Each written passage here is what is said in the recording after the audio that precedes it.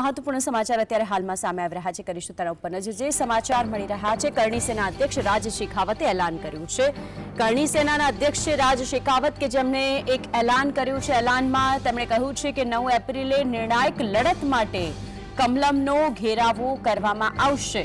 કમલમને ઘેરવામાં આવશે। બપોરે 2 વાગે કમલમનો ઘેરાવો કરવામાં આવશે। રાજ શેખાવત છે કરણી સેનાના અધ્યક્ષ, તેમણે આ વાતનો ઉલ્લેખ કર્યો। કેસરિયા ઝંડા અને દંડા સાથે જેટલા પણ ક્ષત્રિયો છે તેઓને આવવા માટે આહવાન કરાયું છે।